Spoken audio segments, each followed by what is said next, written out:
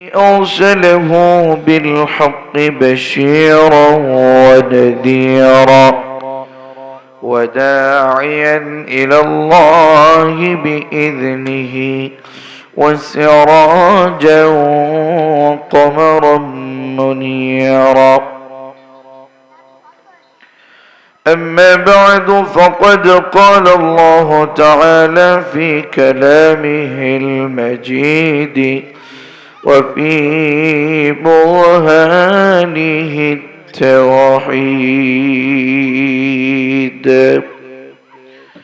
زبان খুলে আমার সাথে সকলেই আওয়াজ করে পড়ুন। أعوذ بالله من الشيطان الرجيم. بسم الله الرحمن الرحيم.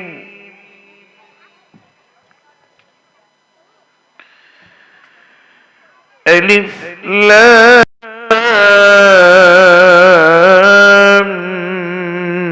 ميم.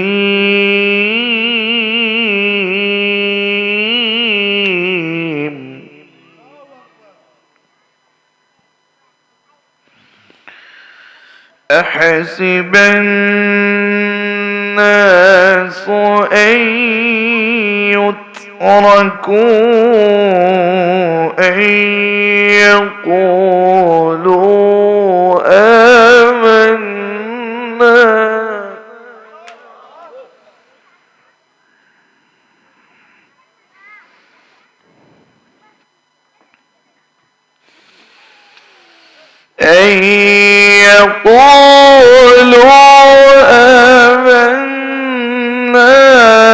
وهم لا يفتنون.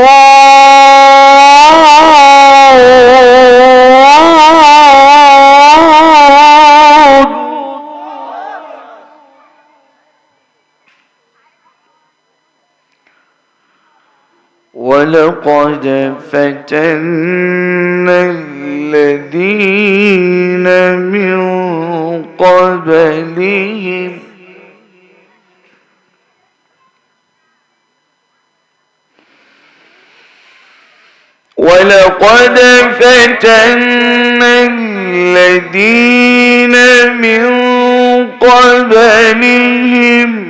فليعلمن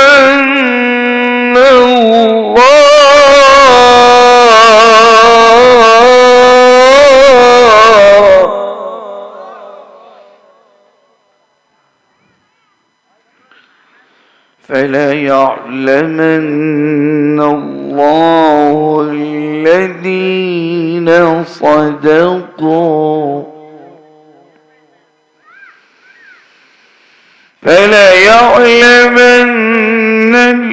الذين صدقوا وليعلمن الكاذبين.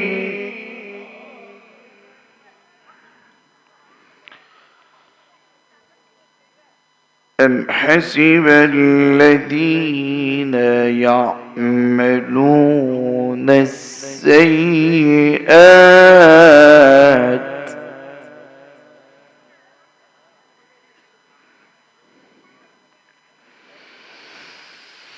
أن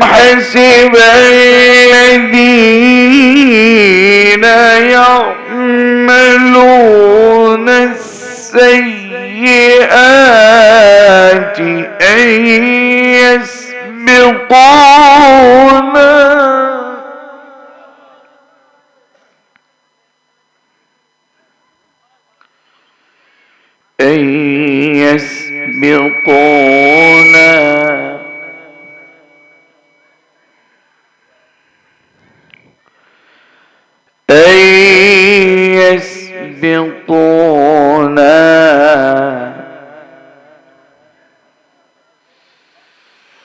ساء ما يحكمون.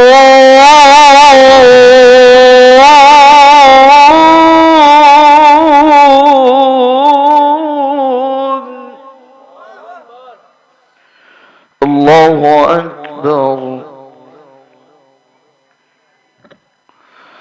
الله أكبر بسم الله الرحمن الرحيم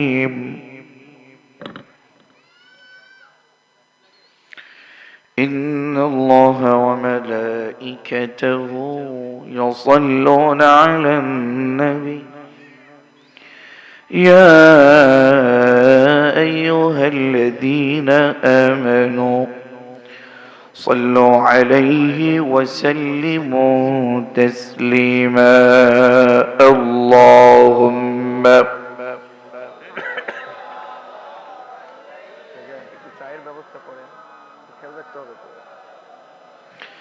محمد وعلى آل سيدنا রসূল তোমারি জন্য মন কাঁদে আখি কাঁদে ভুবন কাঁদে শুধু বেদনায় হৃদয়ে সে বাসা বাঁধে আল্লাহুম্মা সাল্লি আলা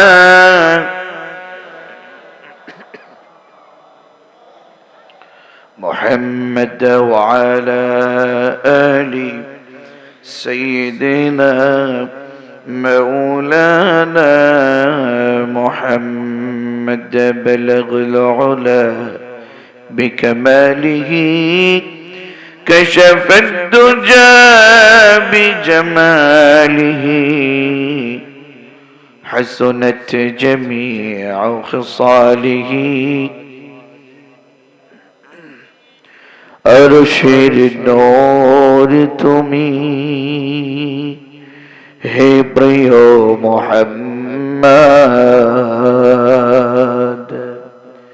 সৃষ্টির সেরা তুমি হে প্রিয় মুহাম্মদ বলগল উলা বিকমালিহি كشف الدجى بجماله حسنت جميع خصاله صلوا عليه وآله رب زدني علما رب زدني علما رب اشرح لي صدري ويسر لي أمري واحلل عقدة من لساني يفقه قولي سبحانك لا علم لنا إلا ما علمتنا إنك أنت العليم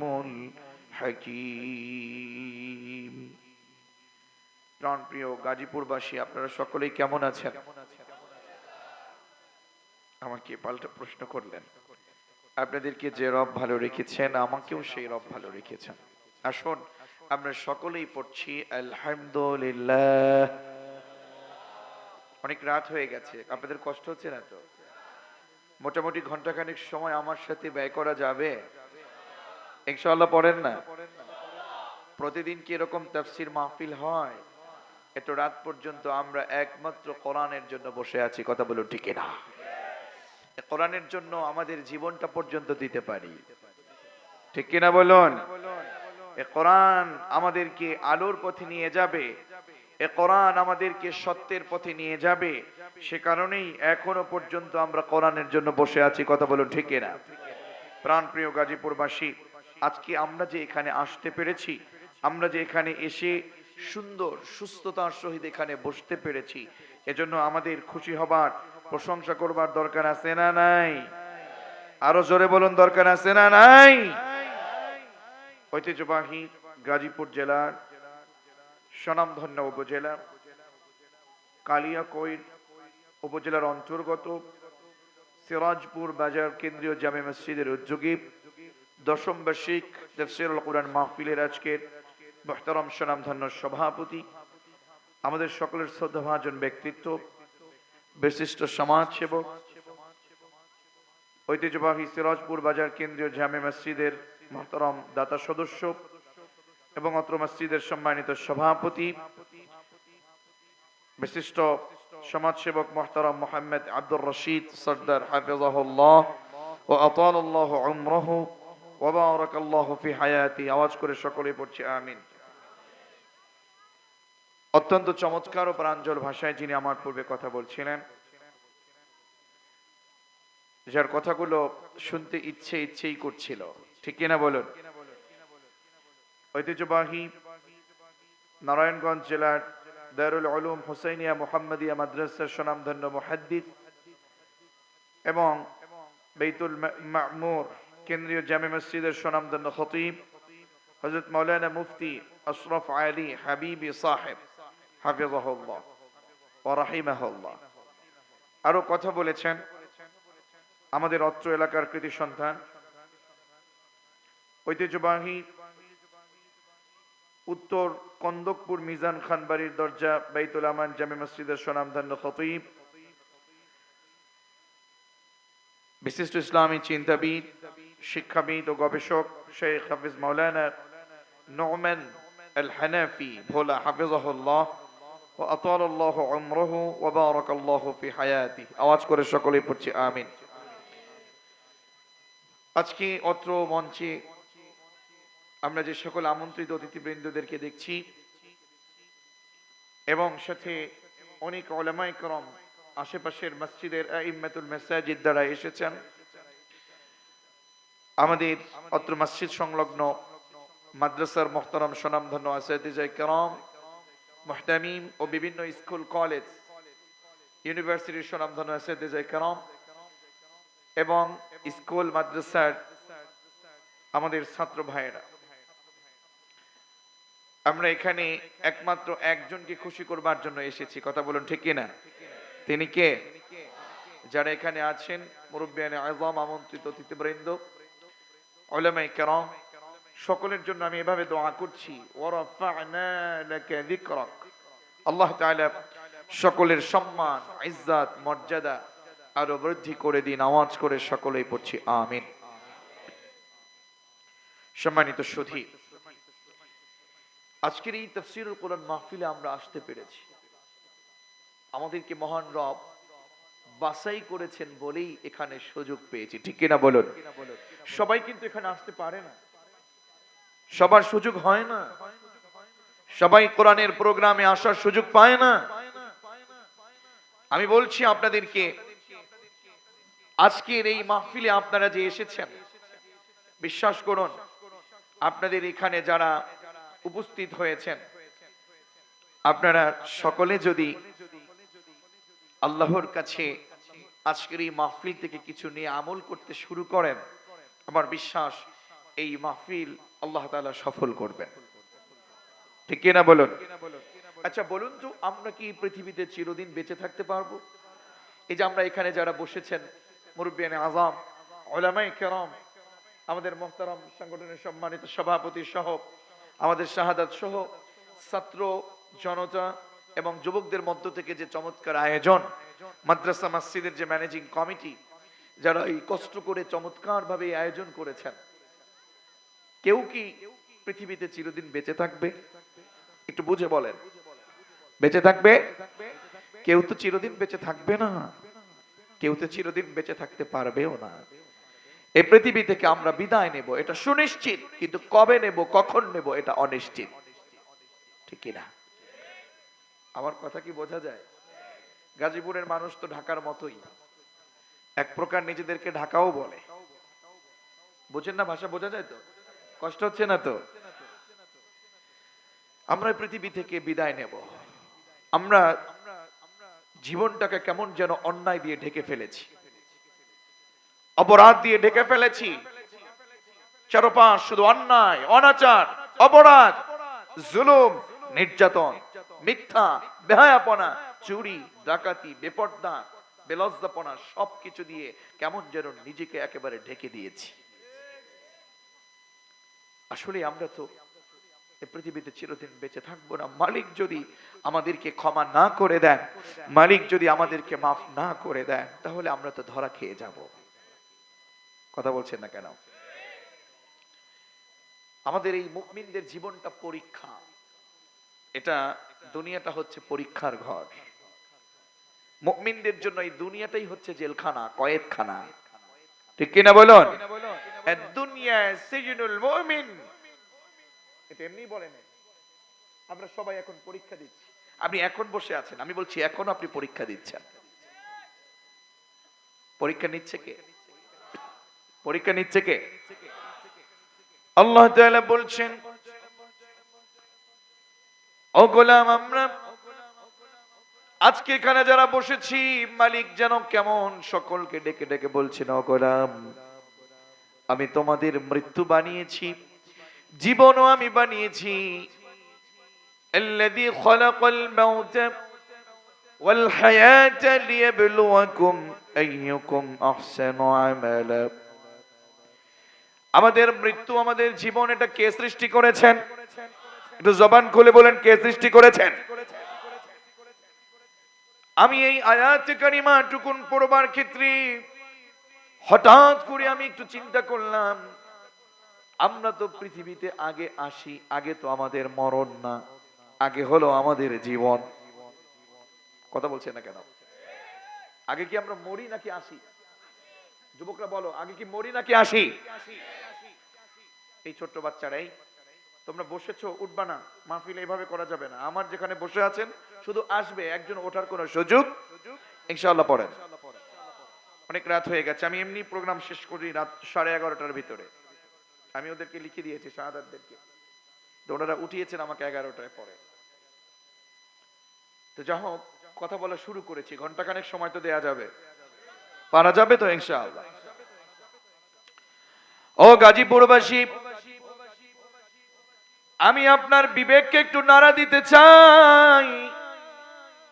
মালিক আপনাকে পৃথিবীতে পাঠিয়েছেন আগে নাকি মৃত্যু দিয়েছেন আগে? পাঠিয়েছেন আগে। আমিও নিজে এটাই বুঝলাম, আমাকে তো আল্লাহ আগে পাঠিয়েছেন, কিন্তু আমার প্রিয় নোমান আল হানাফি ভাইকে আল্লাহ আগে পাঠালেন, আশরাফ আলী হাবিবি ভাইকে আল্লাহ পাঠালেন।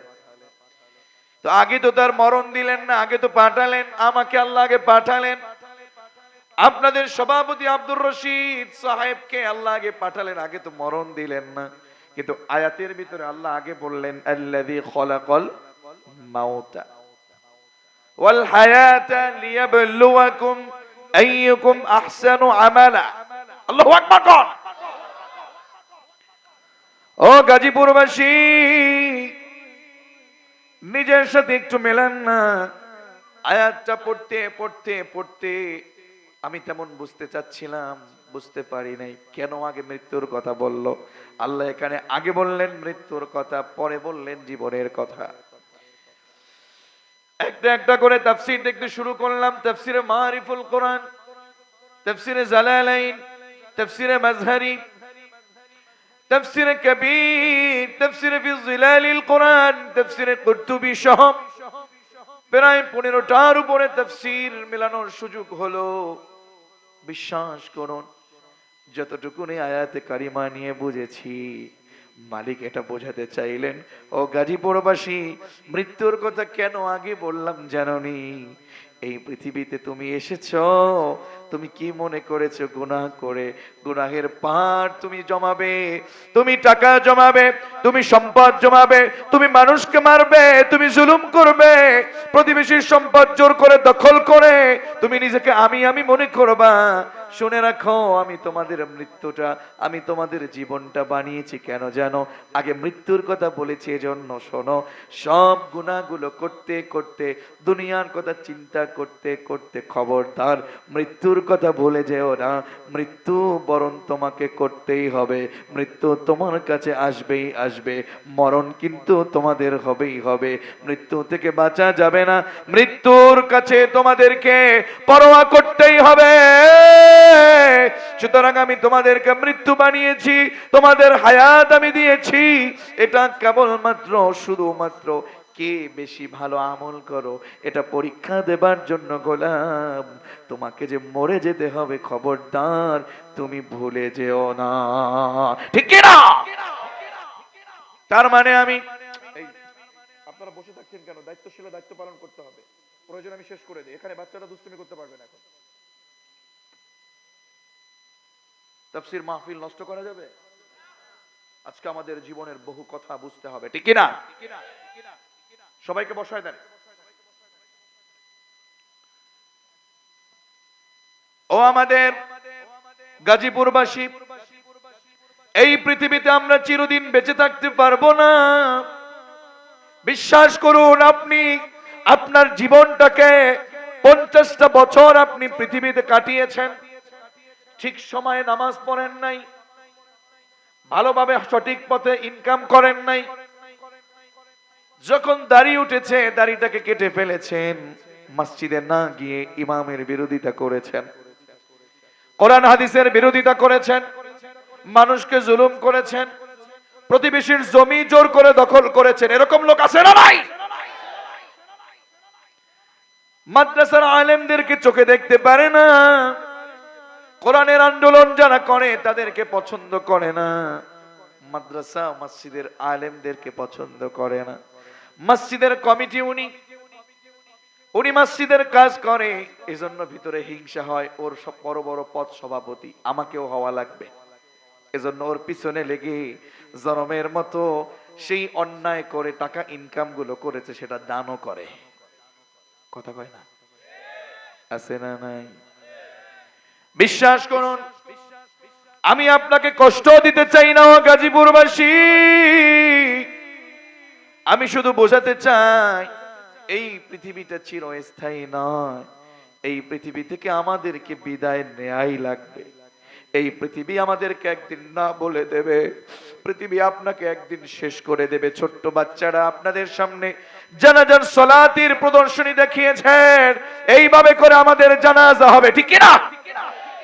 এমন অনেক সময় হয়ে যাবে, আল্লাহ না করুন, আল্লাহ না করুন, আল্লাহ না করুন, এমন হতে পারে আপনার জানাজা নাও কপালে জুটতে পারে। এজন্য সময়টাকে কাজে লাগাতে হবে। কিন্তু এমন সময় গিয়েছে বাবা, মসজিদে আযান দিয়েছে, আপনি মসজিদে নাই। কথা কয় না? তাফসীর মাহফিলের আয়োজন হয়েছে, আপনাকে তাফসীর মাহফিল খুঁজে পায় না। কোরআন আপনাকে পর্দায় রাখতে বলেছেন, বাড়িটাকে পর্দা দিতে বলেছেন, আপনার বাড়িতে পর্দা নাই। আছে না নাই? মসজিদের সভাপতি, মসজিদের সেক্রেটারি, মাদ্রাসার সভাপতি, মাহফিলের সভাপতি, সেক্রেটারি, বড় বড় পদ, বাড়ির ভিতরে পর্দা নাই, বাড়ির ভিতরে ঘুষ, বাড়ির ভিতরে সুদের ব্যবসা, এরকম কিছু হারামখোর সমাজ আছে না নাই? এই লোকগুলোকে কোরআন যা কিছু বলছে, এখনো সময় আছে বান্দার হকগুলো সুন্দরভাবে বুঝিয়ে দিয়ে আল্লাহর ঘরে গিয়ে আল্লাহর জন্য নিজেকে বিলিয়ে দেন, আল্লাহর জমিনে আল্লাহর কাছে নিজেকে বিলিয়ে দেন। যদি আল্লাহর পক্ষে আপনি কবুল হয়ে যেতে পারেন, আল্লাহর কসম, পৃথিবীর সবাই বেজার হোক, আপনার রব খুশি, আপনার জীবন সফল, ঠিক কি না? পৃথিবীর সবাই খুশি, আল্লাহ বেজার, আপনি অসফল, আপনি সবচেয়ে ক্ষতিগ্রস্ত লোক। আল্লাহর জমিনে চাই সফল যে ব্যক্তি নিজেকে জান্নাতের জন্য কবুল করাতে পেরেছে। কথা বলুন, ঠিক কিনা? আপনি কি মনে করেছেন এই পৃথিবীটা কি পরীক্ষা নেবে না? এই পৃথিবী আপনাকে না বলে দেবে, আপনাকে শুধু সময় দিয়েছে। আল্লাহর পক্ষ থেকে আপনার জন্য সময় যতটুকু নির্ধারণ করা, যে অমুক ব্যক্তির জন্য এতগুলো বছর, অমুক ব্যক্তির জন্য ততটুকু সময়, সময় শেষ, কাট, চলে যাও, বিদায়, ঠিক কি না? আল ওয়াদা। পৃথিবীটা চিরস্থায়ী না। এই পৃথিবী কখনো আপনার জন্য চিরকাল জায়গা দেবে না। কার জন্য আপনি পাগল? ছেলে, মেয়ে, স্ত্রী, স্বামী? না, কেউ আপনার না। আপনি যখন মরে যাবেন, আপনি আপনার যখন মৃত্যু হয়ে যাবে, ওই মরণের সময় আপনার নিসবত, আপনার সম্পর্ক সাথে সাথে কাট হয়ে যাবে। কিয়ামতের ময়দানে ওই সকল লোকগুলো যাদের জন্য হারাম ইনকাম করেছেন, আপনাকে দেখে দূর থেকে পালাবে, আপনার থেকে পালিয়ে যাবে। যদি আপনি ধরে তার থেকে স্নেকি নিয়ে যান, আপনার শত্রু সেদিন হয়ে যাবে। বিশ্বাস করছেন না? আমি না, কোরআন বলছে। আপনার সন্তান আপনার বিরুদ্ধে দাঁড়াবে। এই যে বাবাজি, আমার প্রত্যেকে আমার মুরব্বী, আমাদের নোমান আল হানাফি ভাই, আমার প্রিয় ভাই, বহুক্ষণ আমরা একত্রে একটা জায়গায় বসেছিলাম, কত সুন্দর সম্পর্ক হয়ে গেল। আপনার ছেলে বলেন, আপনার মেয়ে বলেন, এখন আপনার জন্য কত কিছু। ও যুবক, একটু বোঝো না, একটু নিজের সাথে মেলাও না।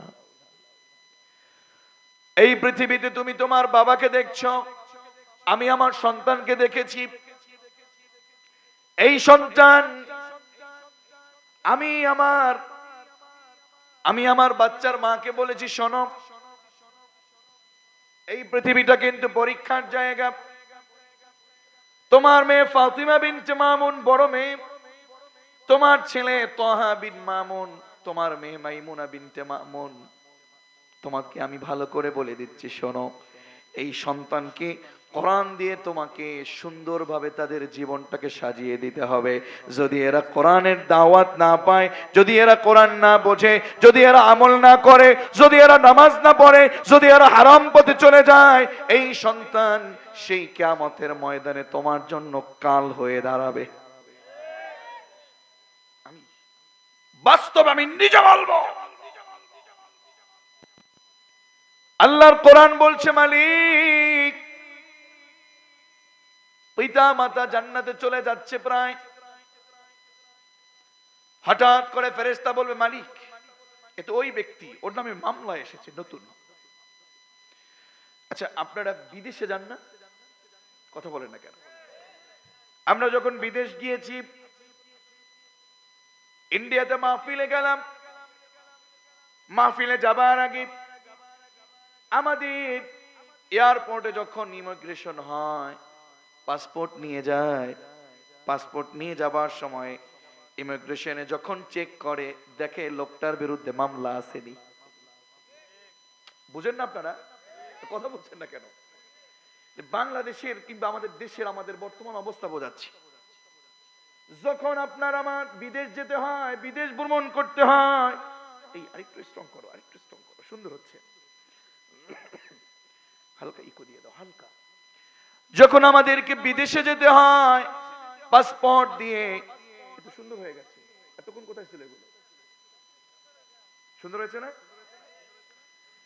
পাসপোর্টটা যখন আপনার ইমিগ্রেশনে যখন ওপেন করে, আপনার চেহারা, আপনার ফিঙ্গার, সবকিছু ওখানে দেখা হয়, সুন্দরভাবে আপনার সবকিছু মেলানো হয় যে আপনার বিরুদ্ধে দেশের পক্ষ থেকে কিংবা কেউ আপনাকে মামলা দিয়েছে নাকি। যদি মামলা দেয়, বলবে না আপনার জন্য ওই দেশে যাওয়া অবৈধ, ঠিক কিনা?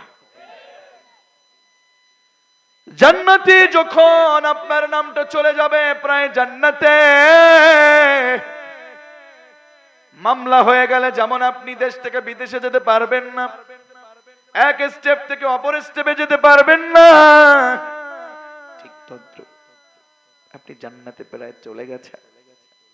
মুরব্বী মানুষ, দেখতে সুন্দর, দাড়ি, হুজুর মানুষ, খুবই সুন্দর, একেবারে চলে গেছে। হাজী সাহেব একেবারে চলে গেছে।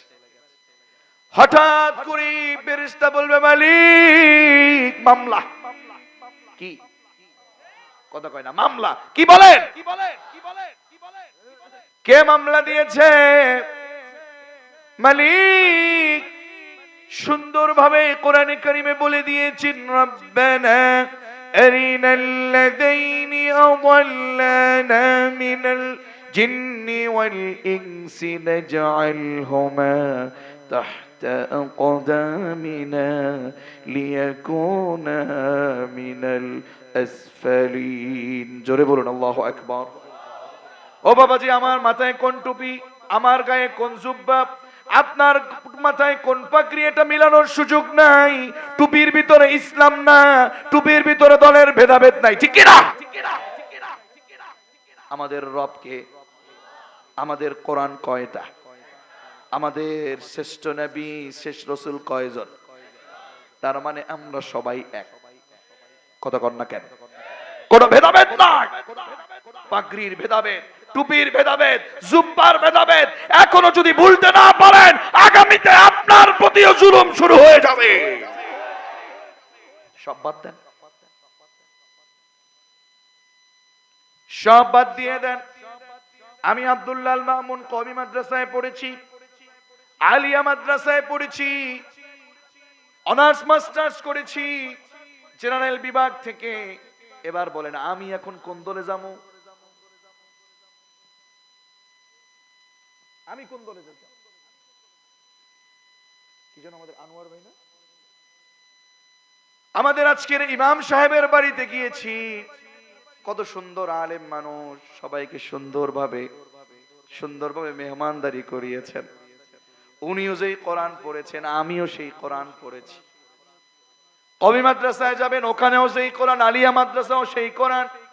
অথবা কোরআন আপনি কওমিতেও পড়েন নাই, আলিয়াতেও পড়েন নাই, কিন্তু মসজিদ থেকে মাদ্রাসা থেকে কোরআন এনেছেন, এটা কি অন্য কোরআন নাকি?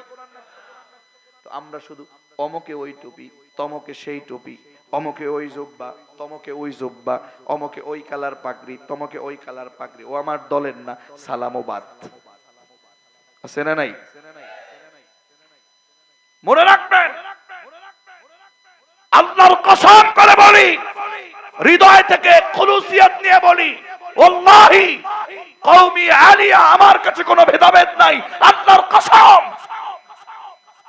আমরা এভাবে ভেদাভেদ করতে করতে, আলেমরা এপিট ওপিট করতে করতে সাধারণ মানুষগুলো বহু দূরে ইসলাম থেকে দূরে সরে যাচ্ছে।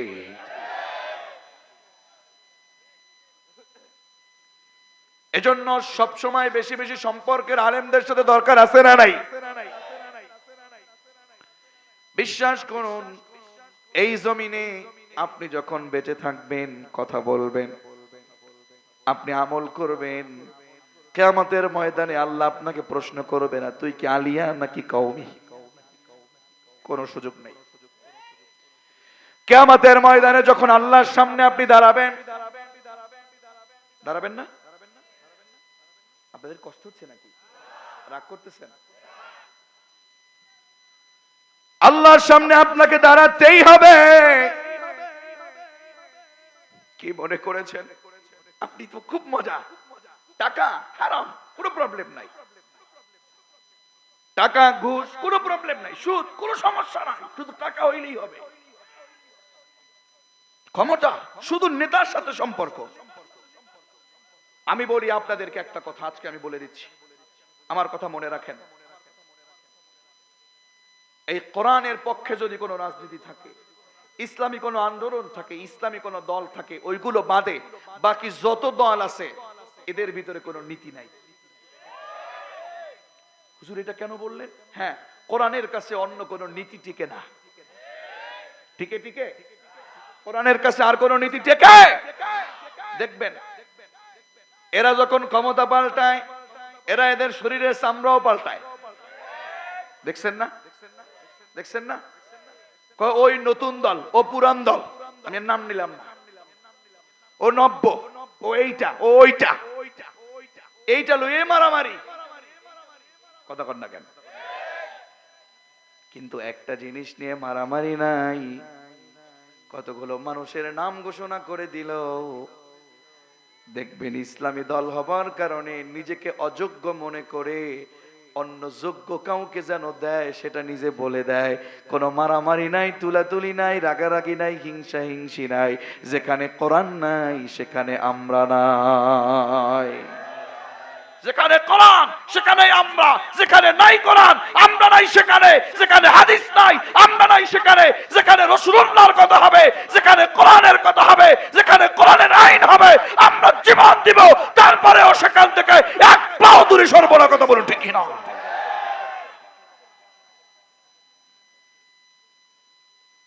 আল্লাহর সামনে আপনাকে দাঁড়াতে হবে। এই শুনেন, আপনার বাড়ি কোথায়, কোন বাড়ির ছেলে আপনি, আপনি একটু দেখতে সুন্দর নাকি, একটু কালো নাকি, একটু লম্বা নাকি, উঁচু নাকি, একটু স্বাস্থ্যবান নাকি, এটার কোনো সুযোগ নাই।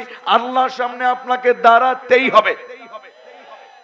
وَكُلُّهُمْ آتِيهِ يَوْمَ الْقِيَامَةِ فَرْدًا। একা একা। শোনো যুবক, শোনো, হারাম ইনকাম আল্লাহর সামনে দাঁড় করাবে একা একা। وَكُلُّهُمْ آتِيهِ يَوْمَ الْقِيَامَةِ فَرْدًا। ফরদা মানে কয়জন? একা একা। একা একা দাঁড়াবেন। লা তাজুলু কদম ইবনে আদম, ইবনে মাসউদ বলছেন, আল্লাহ রাসূল বলেছেন, কিয়ামতের ময়দানে আপনাকে দাঁড় করিয়ে পাঁচটা প্রশ্ন মালিক করবে। কয়টা? সবাই বলেন। আল্লাহ দাঁড় করিয়ে পাঁচটা প্রশ্ন করবে। ইবনে মাসউদ বলেন, রাসূলুল্লাহ বলেছেন, পাঁচটা প্রশ্নের উত্তর দেওয়ার আগ পর্যন্ত আপনি কোন সলিমতি আদম সন্তান একটা পা, এক কদমও সামনে পা বাড়াতে পারবে না। এক নাম্বার, আন উমরিহি ফিমা আফনা। এই আন উমরিহি ফিমা আফনা, 50, 60, 70, 30, 40, হে নারী, তোমাকে 50 বছর দিয়েছিলাম, বলে যাও কোন পথে তোমার বয়স কাটিয়েছো, হিসাব দাও।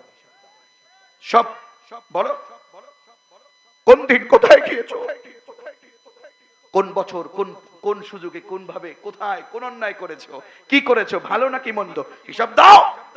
হিসাব না দেওয়ার আগ পর্যন্ত এক কদম সামনে বাড়াতে পারবে না। এক নাম্বার প্রশ্ন, তোমার বয়স কোন দিকে কাটাইছো। 2 নাম্বার, ওয়ান শাবাবিহি ফিমা বালা। ও আব্দুল্লাহ আল মামুন, ও নোমান, ও আশরাফ, ও আনোয়ার, ও জামিয়ার আসাদিজায়ে কেরাম, বলে যাও তোমাদের যৌবন বয়সটা কোন পথে কাটিয়েছো, কোন পথে কাটিয়েছো, বলে যাও। সবাই চুপ, উত্তর তো দেওয়ার সুযোগ নেই। আছে? কারণ বয়সগুলোতে তো ভালো কোনো আমল নাই। যৌবন বয়সটা তো ভালো কাজে কাটাই নাই, শুধু গুনাহ, গীবত, অন্যায়, অনাচার, ঝগড়া, তর্ক, গুনাহ, হারাম, জিনা, চুরি, ডাকাতি, সবকিছু আমার সাথে, নাকি তো আমার আমল নামায় নাই। এখানে বসে আছেন, আমি চেয়ারে বসা, আমার সাথে চেয়ারে বসা, উপরে বসা, নিচে বসা, ভালো করে মিলায় দেখেন।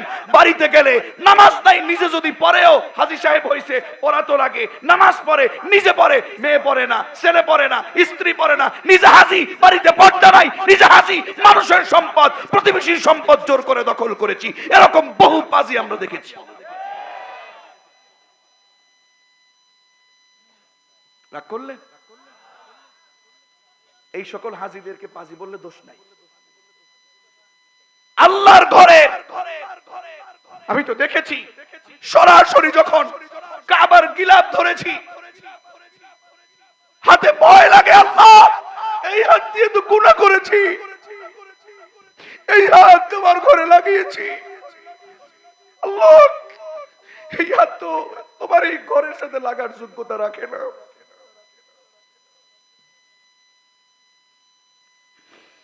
আল্লাহ যদি বলতো অন্যায় করেছে, ওর হাতটা লেগে যাক ওনার সাথে, কি করতাম তখন? কিন্তু তিনি রহমান, তিনি রহিম, তার প্রশংসা করে শেষ করা যায় না।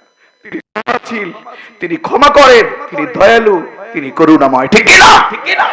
তিনি দয়াময়, তার প্রশংসা করে শেষ করা যায়।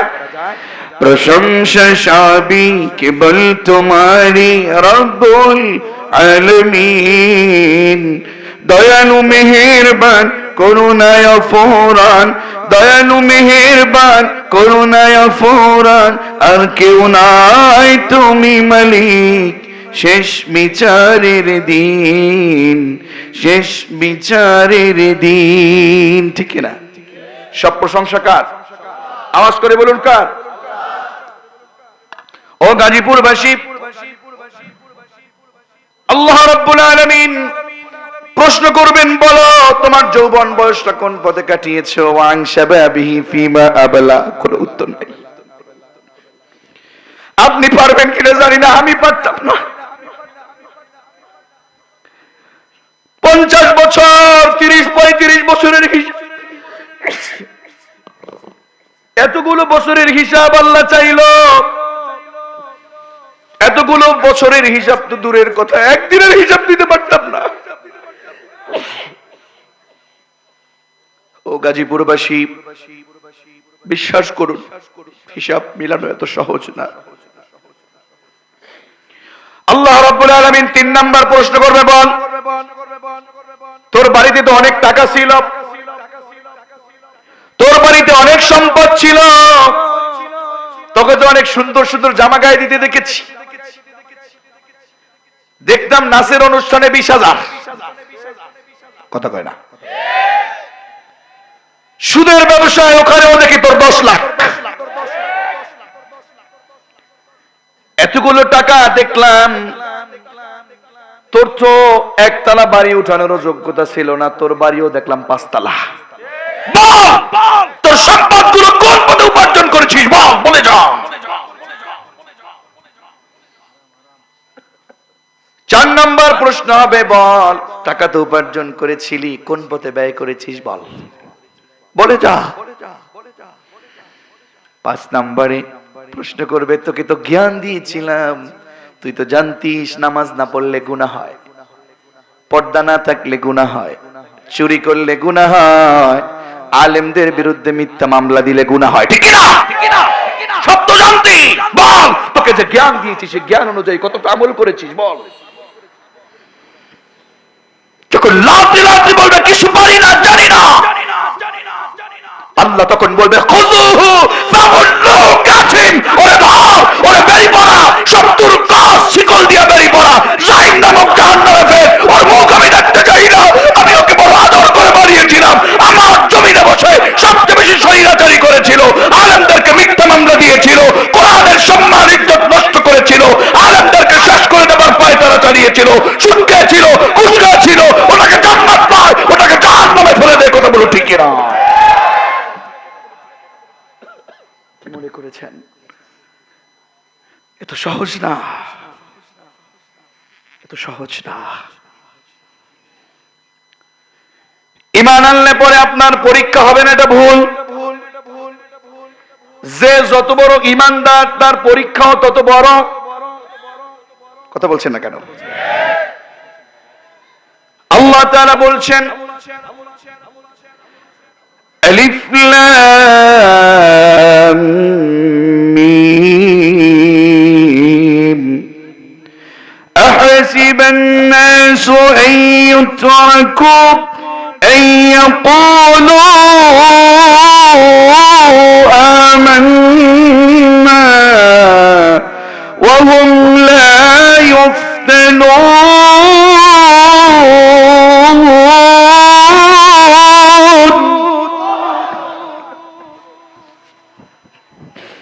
বড় কঠিন কথা, একজনও টিকতে পারতেন না, আমিও না, আপনিও না, আপনার সভাপতি না, আমি জানি না, আমি টিকতে পারবো না। আল্লাহ বলছেন, সব লোকেরা কি মনে করে, আল্লাহর কাছে বলে আমরা তো ঈমান এনেছি, আমরা তো ঈমানদার, এটা বললেই কি তারা সবকিছু থেকে অব্যাহতি দিয়ে দিবে, আমি তাদেরকে পরীক্ষা করব না, তাদেরকে পরীক্ষা হবে না, আমি তো ঈমানদারদেরকে পরীক্ষা করি, ঠিক না? কি মনে করছে আমি ঈমানদার, আমি ঈমানদার বলে ওরা পার পেয়ে যাবে? ঈমান আনলেই হয়ে যাবে? বুখারীর বর্ণনা 3852 নম্বর হাদিস, ইবনে মাসউদ রাদিয়াল্লাহু তাআলা আনহু বলেন, আল্লাহ রাসূল সাল্লাল্লাহু আলাইহি ওয়াসাল্লাম কাবার ছায়ার নিচে বসা, বাইতুল্লাহর ছায়ার নিচে বসা, সাহাবায়ে কেরাম আরজ করলেন, ইয়া রাসূলুল্লাহ, ইয়া হাবিবাল্লাহ, আমাদের জন্য আল্লাহর কাছে একটু সাহায্য চান, আমাদের জন্য দেখেন একটু আল্লাহ সাহায্য করে নাকি। আর পারি না, আর পারি না। আল্লাহ রাসূল বলেন, ওগো সাহাবারা, কি বলছো কি বলছো? তোমাদের পূর্ববর্তী লোকেদের ঈমান পরীক্ষা করবার জন্য ঈমান এনেছে বলে ওই সকল লোকগুলোকে জীবিত অবস্থায় তাদের মাথা করাত দিয়ে একেবারে মাথা থেকে পা পর্যন্ত অর্ধেক করবার জন্য ওরা ষড়যন্ত্র করেছে। মাথা থেকে পা পর্যন্ত করাত দিয়ে চিরে ফেলেছে। এরপরে লোহার চিরুনি এনেছে, লোহার চিরুনি এনে এরপরে গায়ের গোশতটাকে আলাদা করে দিয়েছে। এরপরেও তাদের ঈমান পরীক্ষা করবার ক্ষেত্রে আল্লাহ তাদেরকে ঈমান হারা করে নাই, ঈমান হারার পথে ছিল না, পরীক্ষা দিয়েছে কিন্তু ঈমানের পথে অবিচল ছিল। ঠিক না? এখনো দেখবেন কিছু লোক আছে ইসলাম ইসলাম বলে বলে কোরআনের পক্ষে কাজ করে বলে, আলেম বলেন সাধারণ মানুষ বলেন কোরআনের পক্ষে কাজ করেছে, ভালো মানুষ, নামাজি মানুষ, তাহাজ্জুদ গুজারি মানুষ, নামাজের পথে মানুষকে ডাকে, ঘুম থেকে উঠে দেখে তার বিরুদ্ধে মামলা 5টা। কথা কয় না? সঠিক পথে অবিচল থেকে সঠিক কাজগুলো করে, কোরআন যেন আর না বলতে পারে, কোরআনের আইনের কথা যেন আর না বলতে পারে, জনমের মতো মিথ্যা অপবাদ দিয়ে কোরআনের কর্মীদেরকে একেবারে লাল দেয়ালে আটকায়। আছে না নাই? আছে না নাই? আমরাও বলি কত পরীক্ষা নেবেন, কি করবেন, কয়টা মামলা দিবেন, কতবার শহীদ করবেন। ইমানদার যদি একবার কেন 1000 বারও যদি জীবন পেত, আল্লাহর জন্য যারা ইমানদার 1000 বারই আল্লাহর জন্য শহীদ হবার জন্য পাগল থাকতো। ঠিক না? পরীক্ষা আসবে আসবে, আপনি জান্নাত পাবেন, আপনি ভালো আমল করবেন, আপনি জান্নাত পেতে চান আর আপনার পরীক্ষা আসবে না, এটা তো ভুল কথা। আপনি ঈমানদার হবেন, আপনার পরীক্ষা আসবে না, এটা ভুল কথা। যার যত ঈমান বেশি তার পরীক্ষার মান তার তত বেশি। কথা কয় না? এই যুবক উঠলেন কেন? আমাদের লোক মনে হয় না, কমিটির লোক কাজ করতে যাবে। আচ্ছা, কষ্ট হচ্ছে আপনাদের? আর আমাকে 20-25 মিনিট সময় দেওয়া যাবে তো? পারবেন তো? ইনশাআল্লাহ, ইনশাআল্লাহ বলেন। কেউ যদি ওঠে সেটাকে বসানোর দায়িত্ব কিন্তু আপনার, আর কেউ উঠলে আমি কিন্তু আল্লাহু আমিন বলবো। কেবল আলোচনা শুরু করেছি, উলামায়ে কেরাম বোঝেন। আল্লাহ তাআলা বললেন আহাসিবান নাস আইয়ুতরাকু আইয়াকুলু আমান্না। লোকেরা কি মনে করে যে ঈমান এনেছি আমরা, এই কথা বললেই তাদেরকে কি একেবারে মুক্তি দেওয়া হবে, অব্যাহতি দেওয়া হবে? না না না না, তাদেরকে পরীক্ষা আমি কি করব না? আমি তো তাদেরকে পরীক্ষা করবই। ঠিক কি না? পরীক্ষা তাদের করবে। ঈমান এনেছে, প্রকাশ পেয়ে গেছে। এক হাদিসের ভিতরে 7 জন ব্যক্তির ঈমান প্রকাশ পেয়েছে। কয়জন? আরো জোরে। 1 নম্বরে রাসূল সাল্লাল্লাহু আলাইহি ওয়াসাল্লাম, 2 নম্বরে আবু বকর, 3 নম্বরে সুমাইয়া, 4 নম্বরে আম্মার, 5 নম্বরে সুহাইব, 6 নম্বরে বেলাল, 7 নম্বরে মিকদার রাদিয়াল্লাহু তাআলা আনহুম আজমাইন। 7 জনের ঈমান প্রকাশ হয়ে গেছে। রাসূলুল্লাহ এবং আবু বকর ব্যতীত, এই 2 জন ব্যতীত বাকি সকলকে যখন শাস্তি দেয়া হলো, তাদের প্রতি নির্যাতন শুরু হয়ে গেল। সুমাইয়াকে শহীদ করা হলো। আম্মার, সুহাইব, বেলাল, মিকদার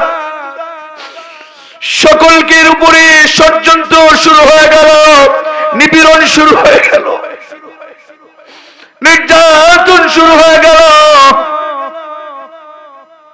আর তারা বলতে লাগলো ইয়া রাসূলুল্লাহ, ইয়া হাবিবাল্লাহ, আল্লাহর সাহায্যের জন্য কামনা করেন, একটু দোয়া করেন। আর আল্লাহর রাসূল বললেন শোনো, পূর্বের যত নবীদের সাহাবী ছিলেন, তারা পরীক্ষাকে পরীক্ষা মনে করতো না। যত পরীক্ষা আসতো কিন্তু সত্যের পথ থেকে তারা দূরে থাকতো না। আল্লাহু আকবার। ওয়ালাকাদ ফাতান্নাল্লাযীনা মিন ক্বাবলিহিম ফালায়া'লামান্নাল্লাহু আল্লাযীনা সাদাকু ওয়ালায়া'লামান্নাল কাযিবিন। আল্লাহ তাআলা বললেন, তাদের পূর্বে যারা ছিল আমি তাদেরকে পরীক্ষা করেছিলাম। অতঃপর আমি আল্লাহ তাআলা অবশ্যই আমি জেনে নিয়েছি তারা কোন পথে, সত্য নাকি মিথ্যা। ঠিক কিনা? আল্লাহ পরীক্ষা করে নিবেন আমাদের।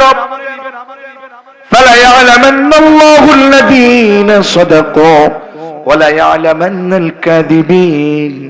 আল্লাহ অবশ্যই জেনে নেবেন, পরীক্ষা করে নেবেন, চেক করে নেবেন যে কে এবং কারা সত্যবাদী, সত্যের পক্ষে কাজ করে, আর কারা মিথ্যাবাদী, মিথ্যার পক্ষে কাজ করে। এই পরীক্ষা এখনো আমাদের থেকে নেবেন কে? সুতরাং আমাদেরকে কোরআনের পথে কাজ করতে হবে। বিপদ আসবে, হামলা আসবে, মামলা আসবে, ষড়যন্ত্র আসবে, সবকিছুকে উপেক্ষা করে কোরআনের সৈনিক হয়ে খুবাইব, খাব্বাব, সুমাইয়া, আম্মার, সুহাইবদের উত্তরসূরি হয়ে আসমান জমিনে পরীক্ষা দেব। ঈমান হারাবো না, ঈমানের পথ থেকে দূরে থাকবো না। এমন কোন কোন কোরআনের কর্মী আছেন? দুআ তুলে আল্লাহকে দেখায় দাও। লিল্লাহি তাকবীর। আল্লাহ আমাদের হাতগুলো কবুল করেন, পড়েন আমিন। আমার বন্ধুগণ, এজন্য আপনাকে আল্লাহ ঈমান আনার কারণে পরীক্ষা করবেন, আপনি কি সত্যের পথে নাকি মিথ্যার পথে। আপনি বলেন তো, আপনি কি ডানপন্থী হবেন নাকি বামপন্থী? সবাই বলেন, কোন পন্থী? ডান নাকি বাম? জোরে, ডান নাকি বাম? ডানের পক্ষে রাখতে রাজি আছি না নাই? ঈমান এনেছে জাফর ইবনে আবু তালেব এবং তার স্ত্রী।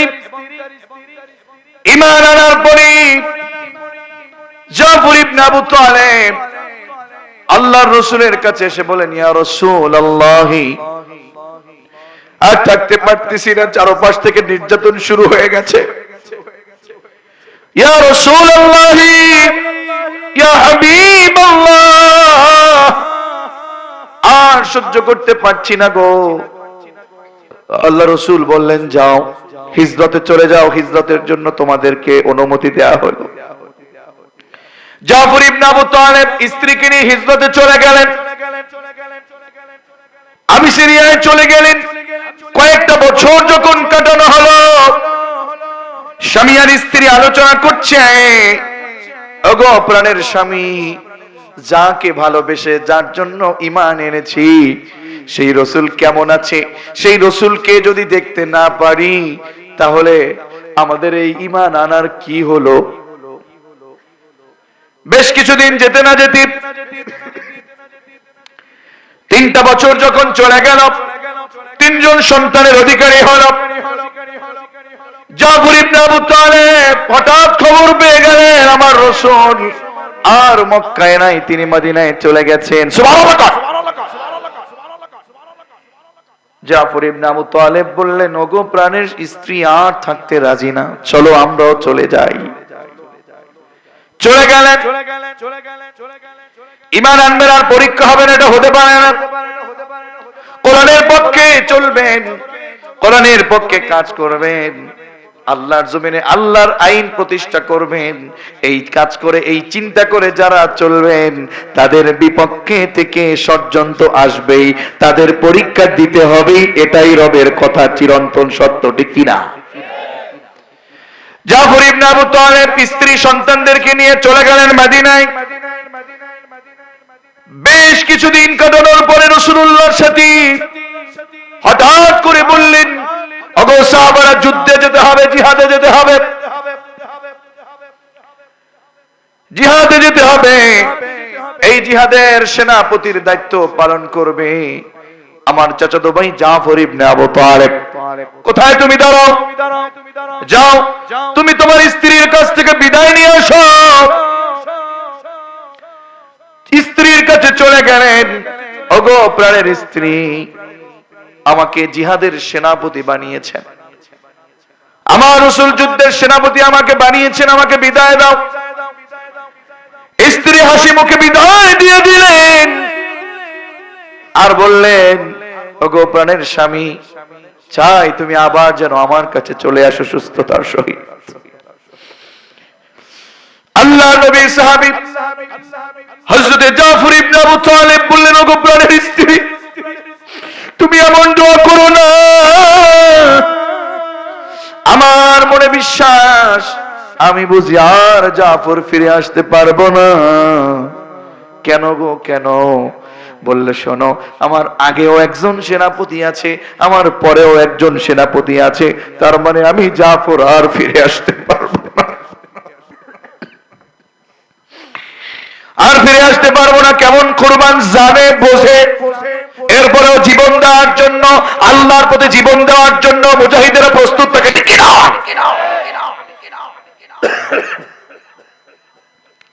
এমন অনেক খবর আমরা শুনেছি, ফাঁসির কাস্টে ঝুলাবে, বলা হয় আপনি ক্ষমা চান রাষ্ট্রের কাছে, অমুক অমুক করেন, আপনাকে ছেড়ে দেয়া হবে। বলল, না না না না, তুমি আমাকে কালিমার দাওয়াত দিবা, তুমি আমাকে কালিমা পড়তে বলো, এই কালিমার জন্য তুমি পাও বেতন, আর এই কালিমার জন্য আমি আল্লাহর গোলাম পাই ফাঁসি, ঠিক না? ওর কালিমা তার কালিমা এক না, এজন্য লা ইলাহা ইল্লাল্লাহ এটা বুঝে আমল করা লাগবে, ঠিক কিনা বলুন? ও আমার গাজীপুরবাসী, কষ্ট হচ্ছে? জাফর ইবনে আবু তালেব বিদায় নিয়ে চলে গেলেন, জিহাদের ময়দানে জিহাদ করা শুরু করেছে। খুব সংক্ষেপে বলছি আমি, কাফেরদের কি কচু কাটা শুরু করেছে।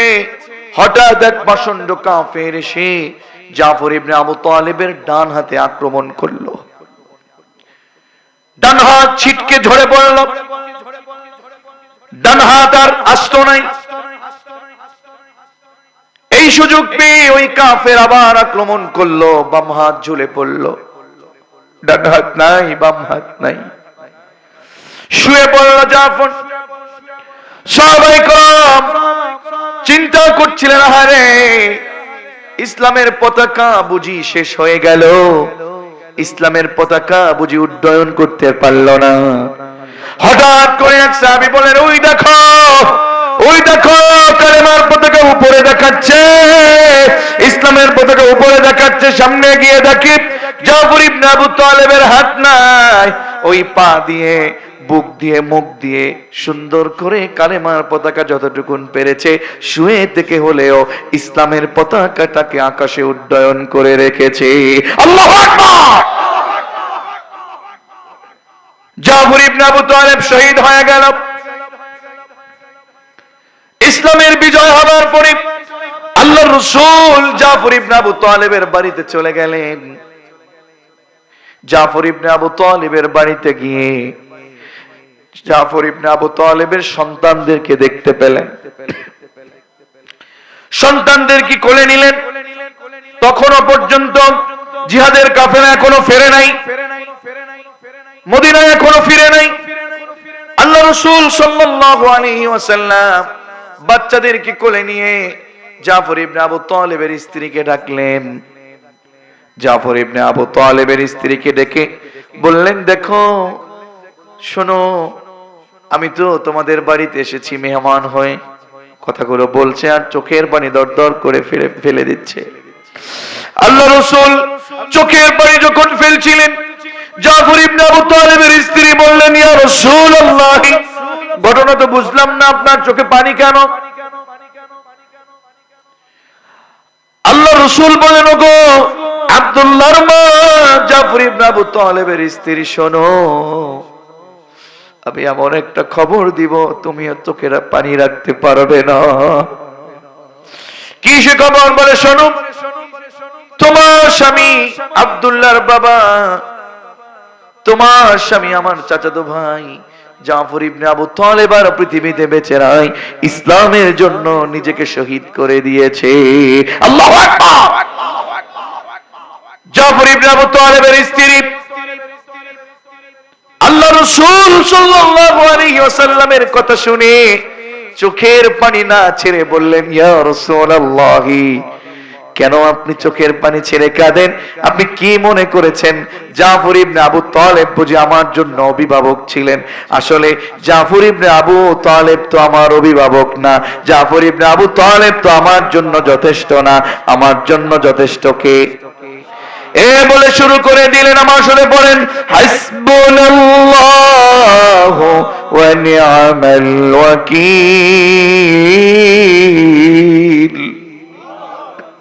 হাসবুনাল্লাহু ওয়া নি'মাল ওয়াকিল। আমার জন্য তো আল্লাহই যথেষ্ট, জাফর ইবনে আবু তালেবের প্রয়োজন নাই। রাসূল কাঁদেন কেন? আমার জন্য তো আল্লাহ আছে। আল্লাহু আকবার। ইমাম এ কথা শুনে আল্লাহ রাসূল কেমন যেন থমকে গেলেন। আব্দুল্লাহদের কোলে নিয়ে আব্দুল্লাহদেরকে ডাকতেছেন, ও ও দুই ডানা ওয়ালার সন্তান, তোমরা কেমন আছো? সুবহানাল্লাহ কইতেন না? ও দুই ডানা ওয়ালার সন্তান, তোমরা কেমন আছো? জাফর ইবনে আবু তালেবের স্ত্রী বললেন, ইয়া রাসূলুল্লাহ, এখন কথা তো আরো বুঝলাম না, কি বললেন? বলল, জাফরের স্ত্রী শোনো, তুমি যখন হাসবুনাল্লাহু ওয়া নি'মাল ওয়াকিল পড়েছো, আমার আল্লাহ এত খুশি হয়েছে, কাফেররা আমার চাচাতো ভাইয়ের হাত কেটে ফেলেছে, ওরা খুশি হয়েছে, কিন্তু আমার আল্লাহ দ্বীনের জন্য কুরবান হয়ে যাবার কারণে জাফরের উপরে এত বেশি খুশি হয়ে গেছে। হাত নেই, কিন্তু জাফরের সেই হাত আল্লাহ তাআলা শেষ করে দিয়েও তার হাতের সেই গোড়াতে ডানা লাগিয়ে দিয়েছেন। সেই ডানা দিয়ে জাফর এখন জান্নাতে পাখির মতো উড়াউড়ি করছে। আল্লাহু আকবার, আল্লাহু আকবার, আল্লাহু আকবার। আমাদের জন্য যথেষ্ট কে? আমাদের অভিভাবক কে? আমার নেতা আপনার সাথে নাই, আপনার নেতা আপনার সাথে নাই, অমুকের সাথে হেলোর গরম নাই, মামলা হামলা টেনশন নাই। আপনাকে বাঁচানোর জন্য, আপনাকে জান্নাত দেওয়ার জন্য, আপনাকে আল্লাহর পথে কবুল করানোর জন্য আমরা নিজেই যথেষ্ট। কথা বলুন ঠিক কিনা? কোনো টেনশন নাই। পরীক্ষা আসবে, শারীরিক পরীক্ষা, নিজেকে কুরবান, নফসের পরীক্ষা, জানের পরীক্ষা, মালের পরীক্ষা, আছে না নাই? আমাদের আশরাফ আলী ভাই বলছিলেন, দ্বীনের জন্য, ইসলামের জন্য আল্লাহ রাসূল চাদর পেতে দিয়েছেন। রাসূলুল্লাহ বললেন, ও সাহাবারা, যাও তোমরা ইসলামের জন্য কে কি আনবা নিয়ে আসো। দানের জন্য প্রতিযোগিতা শুরু করে দিয়েছেন। সর্বপ্রথম উসমান আসলো, এরপরে ওমর আসলো, আবু বকর আসলো। উসমান আসার পরে আল্লাহ রাসূল জিজ্ঞেস করলেন, ওগো উসমান, ওগো উসমান। প্রথমে ওমরকে জিজ্ঞেস করলো, ওগো ওমর, কি এনেছো তুমি? এটা জিজ্ঞেস না করে বললেন, ওমর তুমি তো অনেক এনেছো, বলো বাড়িতে কি রেখে এসেছো? এটা ছিল প্রশ্ন। অনেকে মনে করে আমি 50, আমি 1 লাখ দিয়েছি, আমি বুঝি ফার্স্ট। দেখেন, অল্প দিয়েও ফার্স্ট হওয়া যায়। আনোয়ার ভাই কি বলেন? অল্প দিয়েও ফার্স্ট হওয়া যায় কিনা? অনেকে 1 লক্ষ, 2 লক্ষ, 5 লক্ষ টাকা দেয়। হ্যাঁ, আমরা দিতে বলি, আমরা এটাকে ছোট বলি না। আর মনে করে, হুজুর কি মনে করেন আমি সভাপতি, আপনি কি হয়ে গেছে?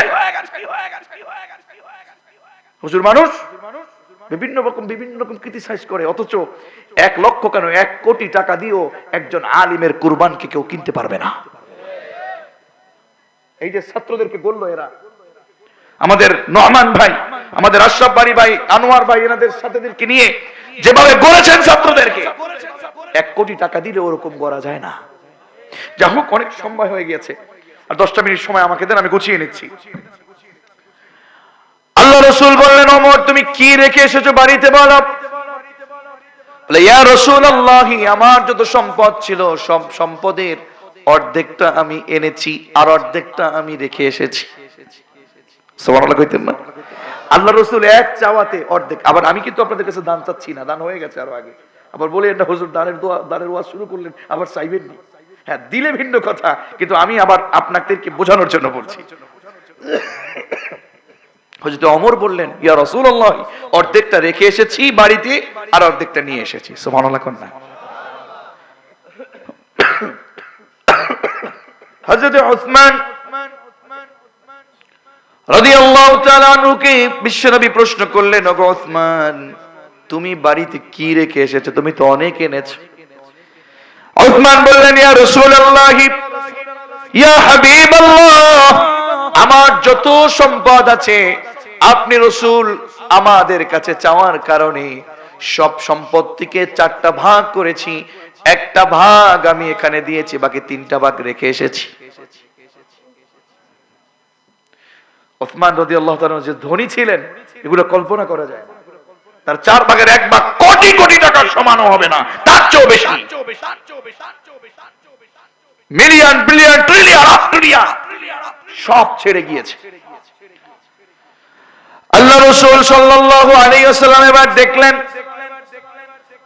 আবু বকর চলে এসেছে, কি যেন একটা রাখলো। আবু বকরকে জিজ্ঞেস করলো, ইয়া আবু বকর, হে আমার বন্ধু, তুমি বাড়িতে কি রেখে এসেছো? বলল, ইয়া রাসূলুল্লাহ, আমার যত কিছু ছিল আমি রাসূল সব নিয়ে এসেছি। বাড়িতে কি রেখেছো? বলল, ইয়া রাসূলুল্লাহ, সব নিয়ে এসেছি, কেবলমাত্র শুধুমাত্র আমার বাড়িতে আমার আল্লাহ এবং আমার আল্লাহর রাসূলকে আমি রেখে এসেছি। কুরবান এত সহজ না। আপনি কি রেখেছেন এটা হবে প্রশ্ন, কি দিয়েছেন এটা না। 1 লক্ষ কেন? 1 লক্ষ আছে একজনের, সে দিয়েছে 10 টাকা, আর যার 1 কোটি আছে সে দিয়েছে 1 লক্ষ টাকা। এরা দুজন কিন্তু সমান না। কথা কি বুঝেছেন? পকেটে আছে 100, দিয়ে দিয়েছেন 50, আর একজনের পকেটে আছে 10,000, দিয়ে দিয়েছে 100, তার মানে 50 টাকাই কিন্তু ফার্স্ট হয়েছে। এজন্য যেভাবে আছে একটু দান করার চেষ্টা করবেন, ঠিক কিনা? যাই হোক, অর্থেরও কুরবান আছে, অর্থেরও পরীক্ষা আছে, ইমানের পরীক্ষা আছে, জানের পরীক্ষা আছে। সবকিছুর পরীক্ষা দিয়ে পাশ করতে হবে কার কাছে? আরো জোরে কার কাছে? আল্লাহ তাআলা বললেন, শোনো, তোমরা তো পরীক্ষা তোমরা দিয়েছো, শুধু তোমাদের থেকে পরীক্ষা না, পূর্ববর্তীদের কাছ থেকেও আমি পরীক্ষা নিয়েছি। আর আমি সেই পরীক্ষা নিয়ে তাদের মাঝে দেখেছি কে সত্যবাদী আর কে মিথ্যাবাদী। কে বলেছে আমি ইমানদার, ইমানদার বলে আমি লা ইলাহা ইল্লাল্লাহ, এর পক্ষে আবার মানুষের আইনও মানে, কোরআনের বিপক্ষে চলে যায়, আলেমদের বিপক্ষে চলে যায়, এমন লোক সমাজের ভিতরে আছে নাকি নাই? মুখে বলে লা ইলাহা ইল্লাল্লাহ, নেতা মানে মানুষদের আইন, তার মানে মনে রাখবেন এটা ইমানদার না, এটা মুনাফিক। যাই হোক, এ বিষয়ে আপনাদের ইমানের পরীক্ষা আছে, অনেক আলোচনা, তবে মনে করিয়েন না একেবারে আপনি পার পেয়ে গেছেন। আল্লাহ বলছেন, আম হাসিবাল্লাযীনা ইয়া'মালুনাস সাইয়্যাতি আন ইয়াসবিকুনা সাআ মা ইয়াহকুমুন। জোরে বলুন আল্লাহু আকবার। তারা অন্যায় করে, অপরাধ করে, মন্দগুলো কাজগুলো করে তারা ভেবে নিয়েছে বুঝি আমরা পার পেয়ে গেছি। না, আমি তাদেরকে পার দেব না। জেনে রাখো, বুঝে রাখো, আল্লাহর ফয়সালা কিন্তু বড় কঠিন, আল্লাহর পাকড়াও কিন্তু বড় কঠিন। তিনি ধরে না, ধরলে কিন্তু তিনি ছাড়ে না। ঠিক কিনা? ঠিক কিনা? জুলুম করতে করতে, নির্যাতন করতে করতে এত বেশি নির্যাতন, মনে করছে আমাদের হারায় কে, আমাদের নামায় কে, আমরা 41, আমরা 71 তামাজ, আমরা 71 পর্যন্ত। আল্লাহ কই 41 71 না, তোর সময় 24। ঠিক কিনা? খবরদার, এজন্য চেয়ারে থাকলে গিয়ারে থাকিয়েন না, খুব ঝামেলা হয়ে যাবে। রাগ করলেন? আমি এখন চেয়ারে আছি, আমি কিন্তু গিয়ারে। এখন কথা বুঝেন নাই কি বলতেছি? এটা কিন্তু আনোয়ার ভাই এখন বলতে পারতেছে না। এই আমার সভাপতি কি যেন নাম তোমার ভাই? রিপন ভাই বিশ্বাস শুনে এখন রিপন বলতেছে না, এখন কিন্তু আমি বলতেছি। এজন্য এখানে বসে এখন কোরআনের কথা না বলে আমি যদি গান বাজনা ডিজে পার্টি বিভিন্ন কিছু এখন চালু করতাম আর জনমের মতো বলতাম, আমারেও আপনারা ধরতেন না। আমি যদি এই কোরআনের বাইরে একটা কথা বলি, আমাকে রাখবেন আপনারা? প্রয়োজনে আমার সাথে জিহাদ ঘোষণা করবেন, কিন্তু কোরআনের বিপক্ষে বলার কোন সুযোগ এজন্য জনমের মতো সুযোগ পেয়ে ইসলামের বিরোধিতা করিয়েন না, আলেমদেরকে ষড়যন্ত্র করিয়েন না, মিথ্যা মামলাগুলো দিয়েন না, জনগণকে ক্ষমতার উৎস মনে করিয়েন না। ক্ষমতার উৎসকে চিৎকার মেরে আওয়াজ দিয়ে বলুন, ক্ষমতার উৎস কে? কুলিল্লাহুম্মা মালিকাল মুলকি।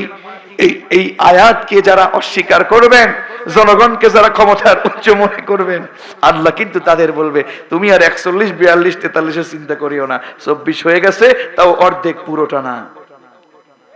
ঠিক কিনা? খবরদার, খবরদার। আমি কাউকে ছোট করবার জন্য বলছি না, শিক্ষা নিতে হবে ইতিহাস থেকে। ইতিহাস থেকে শিক্ষা নিয়ে কোরআনের পক্ষে আমাদের কাজ করতে হবে। কথা বলুন, ঠিক কিনা? এজন্য আমি বলছি, পৃথিবী স্থায়ী না। এই অস্থায়ী পৃথিবীতে আমাদের সকলকে কোরবানি করতে হবে। নিজেদের জীবন আর নিজেদের মৃত্যু এটাকে মনে রেখে এমন ভাবে পরীক্ষা দিতে হবে, এমন ভাবে আমল করতে হবে যে মনে রাখতে হবে মৃত্যু কিন্তু আমাকে ধরবেই ধরবে। ঠিক কিনা?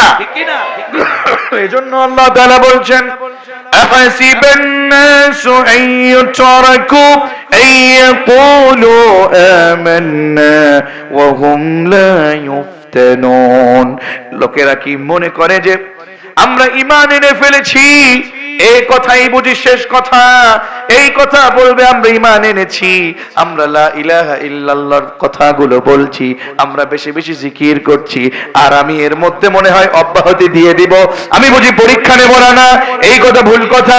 ওয়ালাকাদ ফাতান্নাল্লাযীনা মিন ক্বাবলিহিম ফালা ইয়ালামান্নাল্লাহুল্লাযীনা সাদাকু ওয়া লা ইয়ালামান্নাল কাযিবিন। জেনে রাখো, বুঝে রাখো, তাদের পূর্বে যারা এসেছিল আমি তাদেরকে পরীক্ষা করেছিলাম। আর ভালো করে জেনে রাখো, তোমরা যারা আছো আমি তোমাদেরকে পরীক্ষা করবই করব, জেনে নিব তোমরা সত্যের পক্ষে নাকি অসত্যের পক্ষে, তোমরা ডানের পক্ষে নাকি বামের পক্ষে। আওয়াজ করে বলুন তো, আমরা কোন পক্ষে, ডানের নাকি বামের? ডানের নাকি বামের? আরো জোরে, ডানের নাকি বামের? ডানের পক্ষে থাকলে, কোরআনের পক্ষে থাকলে আমাদের বিপক্ষে হামলা আসবে, আসুক, মামলা আসবে, আসুক, শহীদের পথে যাওয়া লাগবে, যাব, ষড়যন্ত্র আসবে, মানব, কিন্তু কোরআনের বিপক্ষে যাব না। ঠিক কিনা? গত কয়েকদিন আগ থেকে আমরা দেখছি রাসূলুল্লাহর ইজ্জত নিয়ে চিনিমিনি খেলছে। আমরা বলছি, আমার রাসূলের ইজ্জত নিয়ে যারা চিনিমিনি খেলে তাদের সাথে আমাদের কোনো সম্পর্ক। রাসূলের ইজ্জত নিয়ে চিনিমিনি খেলবে, আমরা বসে থাকবো? কোরআনের ইজ্জত নিয়ে চিনিমিনি খেলবে, আমরা বসে থাকবো? এটা হতে পারে না। আল্লাহ এবং রাসূলুল্লাহর ইজ্জত নিয়ে যারা চিনিমিনি খেলে, হ্যাঁ, কিছু টুপি আমরা পড়তে পারি, পাগড়ির ভেদাভেদ থাকতে পারে, মাসআলার ভেদাভেদ থাকতে পারে, হাতের আঙ্গুলগুলো যেমন ফাঁকা আছে, খাবার সময়ে যেমন আমরা এক হয়ে যাই, আল্লাহ এবং রাসূলুল্লাহর ইজ্জত নিয়ে চিনিমিনি খেললে আমরা রাসূলুল্লাহর পক্ষে গিয়ে আমরা সবাই সব মাসআলা, টুপি, পাগড়ির ভেদাভেদ ভুলে গিয়ে ইসলামের পক্ষে কাজ করব, এক হয়ে অভিন্ন হয়ে সত্যের পক্ষে কাজ করব। তাদের বিপক্ষে আমাদের স্থান। যারা রাসূলুল্লাহর বিরুদ্ধে কথা বলবে, আমরা সত্যের পক্ষে কাজ করব। এমন কোন কোন কোরআনের কর্মী আছেন? তো হাত তুলে আমার আল্লাহকে দেখায় না।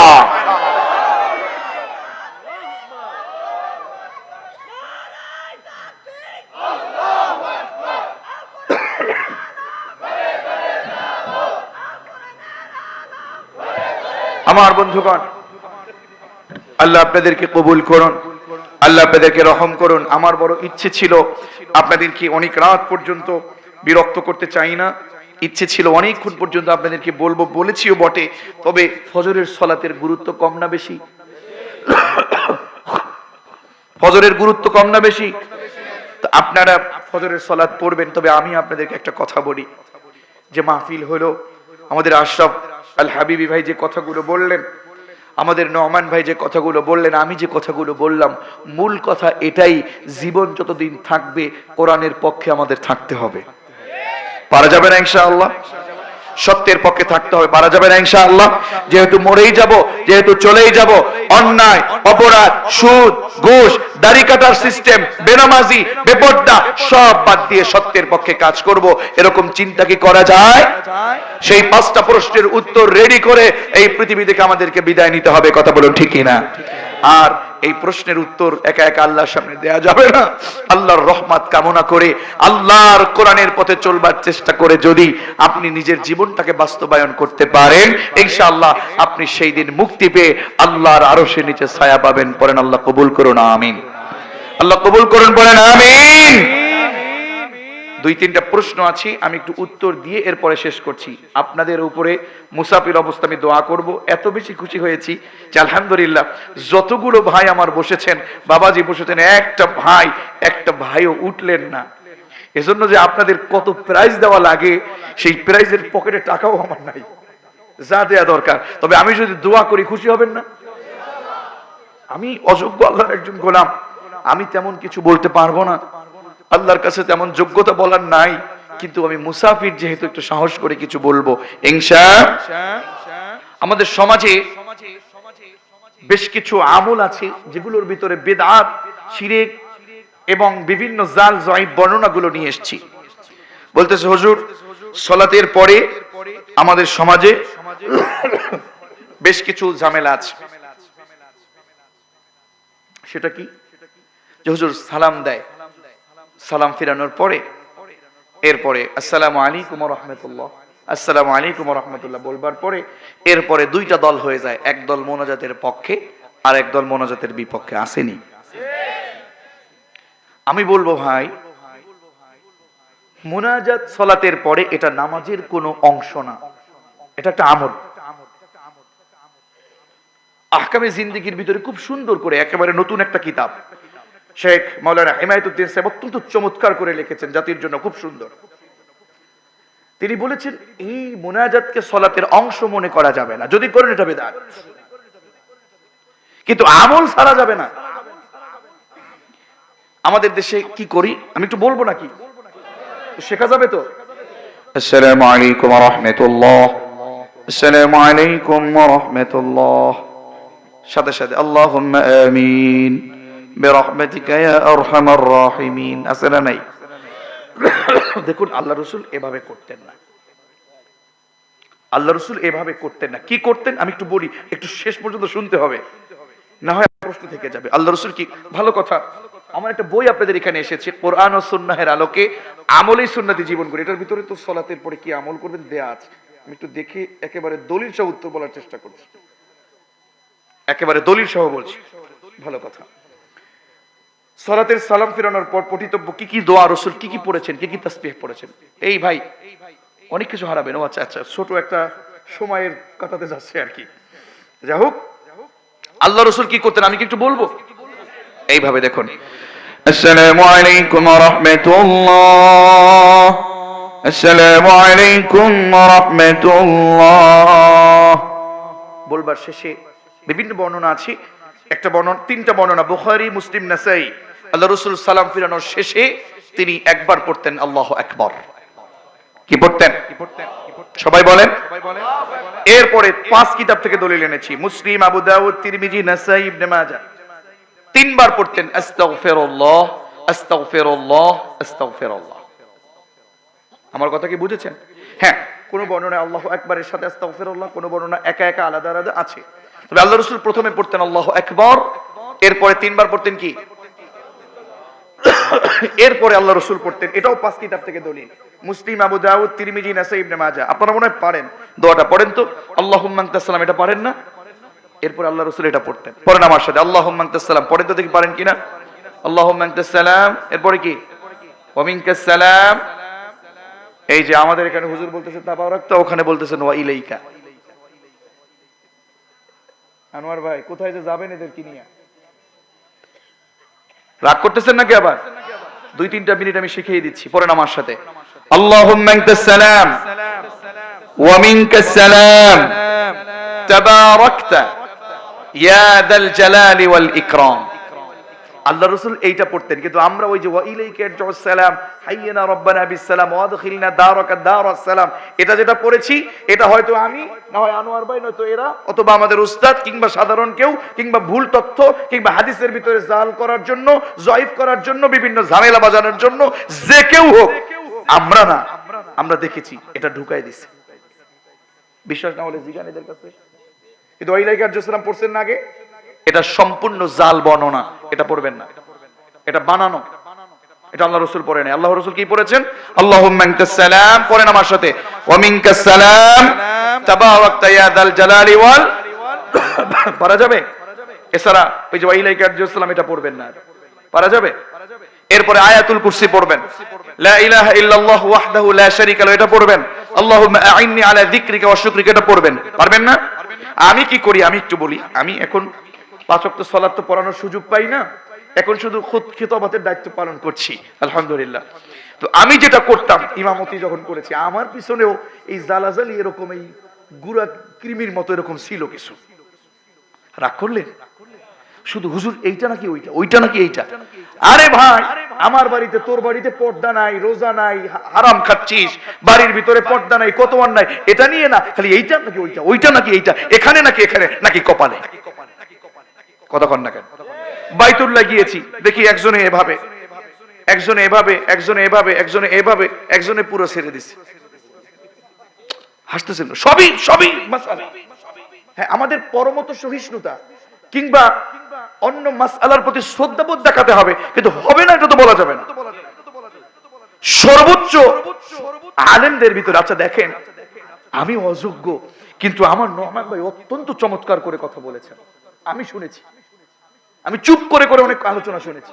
এখনো তো বলতে পারেন আব্দুল্লাহ মামুন ভাই তো শেষ সময় মনে হয় আসলে আমি যোগ্য না, ওনার কথাগুলো সুন্দর করে শুনছেন, আরো কিছু লোক আসছেন, কিন্তু যে বড়, আমি বড় না, কিন্তু যে বড় তারটা মানবেন নাকি ছোটটা মানবেন, কথা কন না কেন?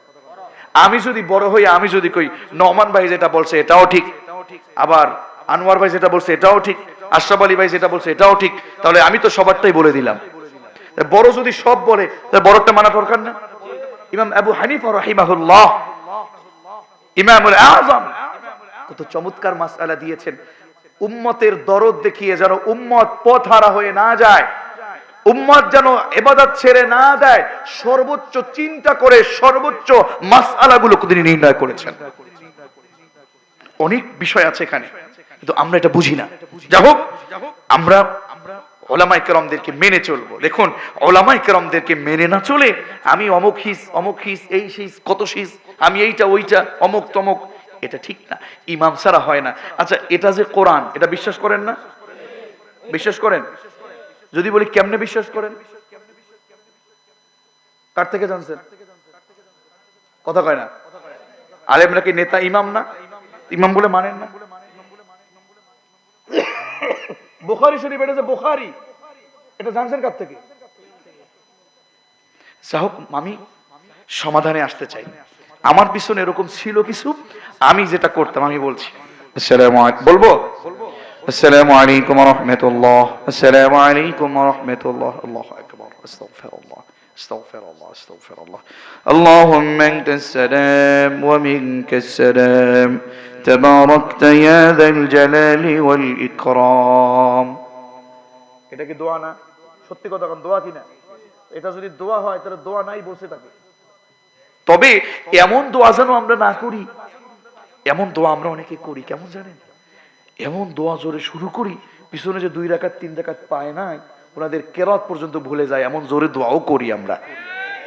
তো এজন্য উচিত হচ্ছে মধ্যম পন্থা অবলম্বন করে সকলকে নিয়ে যেন চলা যায়, সকলকে আমলের ভিতরে যেন রাখা যায়, এরকম চিন্তা একজন ইমামের করা উচিত। রৌদ্র উঠেছে, বৃষ্টি এসেছে, অনেক জোরে কেরাত পড়া সুন্নাহ, মানে অনেক লম্বা কেরাত পড়া সুন্নাহ, কিন্তু পরিস্থিতি মোকাবেলা করা এটাও সুন্নাহ। এটা বোঝার মতো যোগ্যতা আমাদের থাকতে হবে। যাই হোক, আমি আবার অতটা যোগ্য না। যাই হোক, আপনাদের সুযোগ হলে বইটা এখান থেকে নিয়ে যায়েন, একেবারে বাংলায় উচ্চারণ করে দেয়া আছে, বাংলায় উচ্চারণ সহ দলিল সহ। আমি জয়ীফ কিংবা বিভিন্ন জাল যেটা, এটা একেবারে বাদ দিয়ে সর্বোচ্চ চেষ্টা করে মাত্র 200 টাকা হাদিয়া, 100 টাকা হাদিয়া আপনারা পাবেন। 200 টাকা লেখা আছে। সকলে সুযোগ হলে একটা বই আপনারা নিয়ে যাবেন, নিজের মা, নিজের স্ত্রী অথবা নিজের মেয়েকে দেবার জন্য, হাদিয়া দেবার জন্য হলেও কেউ একটা বই ছাড়া যাবেন না। আমি বিক্রির জন্য না, এখানে আমি কোনো টাকা ইনভেস্ট করিনি, পাবলিকেশন ভাইয়েরা করেছেন। কেন? এই বইটা নিলে আপনি যেটা পাবেন, আপনার ছেলে কথা শোনে না, মেয়ে কথা শোনে না, আছে না এমন? কি দোয়া রাসূল করেছেন, কি দোয়া শিখিয়েছেন, যেটা করলে ছেলে কথা শুনবে, স্বামী কথা শুনবে, স্ত্রী কথা শুনবে, সব এটা আছে। ইভেন আপনার দরিদ্রতা আছে, টাকা নাই, পয়সা নাই, ঋণ আছেন অনেক, কোন দোয়া রাসূল শিখিয়ে দিয়েছেন ঋণ থেকে মুক্তি পাবার জন্য? আল্লাহুম্মা ইন্নী, পড়েন আমার সাথে, আল্লাহুম্মা। এই দোয়াটা পড়লে ফকির মিসকিন থেকে আল্লাহ বড়লোক বানায় দিবে, কিংবা আপনার ঋণ আল্লাহ মুক্ত করে দিবেন। আল্লাহুম্মা ইন্নী আউযু বিকা মিনাল ফাকরি ওয়াল কিল্লাতি ওয়াদ দিল্লাহ। ছোট্ট দোয়া, এটা পড়লে আপনার দরিদ্রতা, ঋণ দূর হয়ে যাবে। এটা সুযোগ হলে আপনারা বইটা নিয়ে যাবেন। এবং আপনার অত্যাচারী প্রতিবেশী আপনার প্রতি মামলা দেয়, হামলা দেয়, শুধু ষড়যন্ত্র করে, কোন দোয়াটা বেশি বেশি পড়বেন, সব দেয়া আছে। আপনার ছেলে কথা শোনে না, কিংবা আপনার মেয়ে আপনার নাতনিকে, কিংবা ছোট্ট ছোট্ট বাচ্চাদের জিন পরিতে আসর করে না, করে কিনা? জিন পরি থেকে টিপ দেওয়া হবেন, দরকার নাই। জিন পরি থেকে আসর যেন না পায়, বদনজর থেকে যেন হেফাজত করতে পারেন, রাসূল কি দোয়া বাচ্চাদেরকে সুন্দর করে গুছিয়ে দিতে বলেছেন, সব দেয়া আছে। ইভেন মাথা ব্যথা, হাতে ব্যথা, ফোড়া হয়েছে, কিভাবে ওই জায়গায় আউযু বিইজ্জাতিল্লাহি ওয়া কুদরাতিহি মিন শাররি মা ইয়াজিদু ওয়া হাযির, সহিহ এবং সুন্নাহ ভিত্তিক আমলগুলো, রাসূল কি কি আমলগুলো করেছেন সবগুলো এখানে দেয়া আছে। ঘুম আসে না আপনাদের রাত্রে, ঘুম অভাব, কোন দোয়া রাসূল পড়ে পড়ে ঘুমাতেন সহজে, সবগুলো এখানে দেয়া আছে। সুযোগ হলে আমলে সুন্নতি জীবন গড়ি, মুরব্বী কিংবা ছোট মা বোন সকলেই যারা বাংলা আরবি পড়তে পারি না, এদের সহজার্থে এরপরে বাংলায় উচ্চারণ দেয়া আছে। সুযোগ হলে 100 টাকা হাদিয়া নিয়ে, আমি বলবো প্রত্যেকেই নিজের মা, নিজের মেয়ে, প্রয়োজনে স্ত্রী নাই, নিজের ছেলে মেয়ের ঘরে বউ আছে, নাতি নাতনিদের জন্য সুন্দর করে একটা হলেও বই ঘরে রাখার জন্য অনুরোধ রইল। যেমন আমার মা, আমার স্ত্রী, ওরা কি করে, নামাজ পড়ার পরেই বইটা খুলে দেখে দেখে হলেও আমল করে। আমলের জন্য সুন্দরভাবে সুন্নাহ ভিত্তিক একটা বই আপনাদের কাছে আছে, সুযোগ হলে নেবেন। আল্লাহ আপনাদের কবুল ও মঞ্জুর করুন, সকলেই পড়ছি আমিন। জি, এখনই দোয়া হবে। এর আগে মাহফিল কর্তৃপক্ষের কোনো কর্মসূচি আছে কিনা? আচ্ছা আচ্ছা,